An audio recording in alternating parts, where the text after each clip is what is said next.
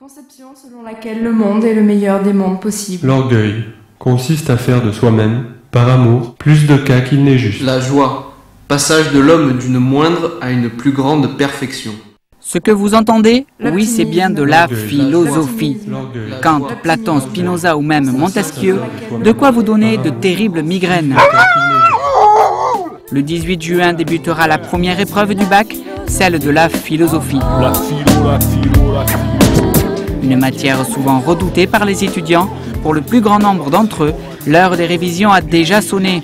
C'est le cas pour les élèves de terminale du lycée Saint-Félix à Beaucaire, qui les abordent d'une manière peu ordinaire. Soit dans la mesure où 10 ans que la vérité n'existe pas, j'ai bien la prétention de dire une vérité. Tenez, on devait rater le script. Thierry MS, professeur de philosophie plutôt... Très bien. Très sympathique. Il n'est pas là, j'en profite, alors je pense que ce n'est pas un prof. Non, je rigole. Il est à l'écoute de ses élèves. Il essaye d'instaurer une relation amicale. Il arrive à comprendre les élèves. Il essaye en fait de s'intégrer dans notre groupe de classe, quoi, en quelque sorte. Il se prend un peu pour un élève aussi. Donc on va dire qu'il est très... Il est resté très gamin dans sa tête, donc c'est pas évident, quoi. C'est vrai qu'il fait partie de notre groupe, quoi. Il fait sa crise d'adolescence, ouais, voilà. En résumé, un prof très cool, quoi. Bon, on recommence. Thierry MS, professeur de philosophie, propose depuis 2 ans une méthode atypique pour potasser sans trop stresser. Son nom, Philosong.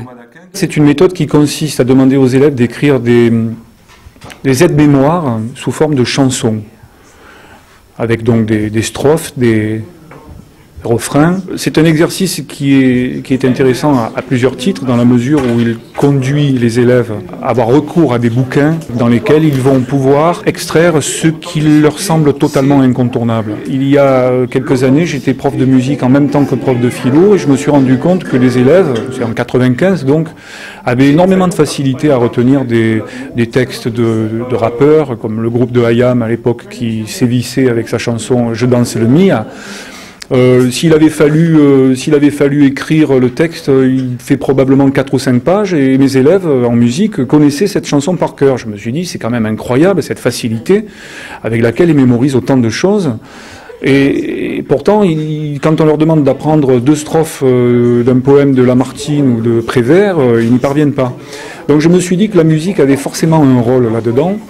Et je me suis dit, pourquoi ne pas essayer, dans le cadre de tes cours de philosophie, de proposer aux élèves d'écrire des chansons qui vont leur permettre de s'approprier d'une manière ludique tout un tas de données qui peuvent leur être d'un grand secours au moment du baccalauréat. Un procédé très jeune dans le milieu de l'enseignement, mais qui, dès les premières explications en début d'année scolaire, réussit à séduire les futurs bacheliers. Oui, c'est sûr que moi je l'ai accueilli de façon très positive, ça m'a plu de suite. Tous on écoute de la musique, même si on a des goûts musicaux différents, c'est super quoi, ça nous facilite la chose, on aborde des thèmes qui sont intéressants et puis comme il nous le répète à chaque fois, même s'il n'est pas là, c'est une anti-sèche.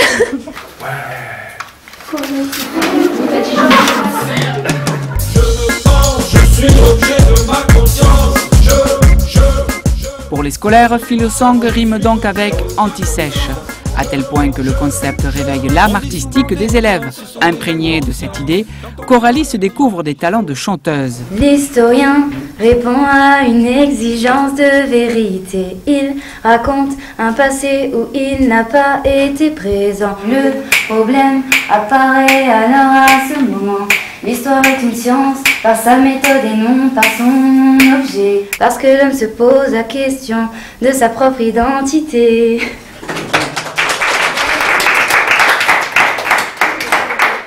Ce nouvel outil pédagogique auquel les lycéens de Saint-Félix ne manqueront pas d'avoir recours pour leur révision réconciliera peut-être le monde de la philosophie avec celui des étudiants et d'éviter ainsi la prise quotidienne d'aspirine.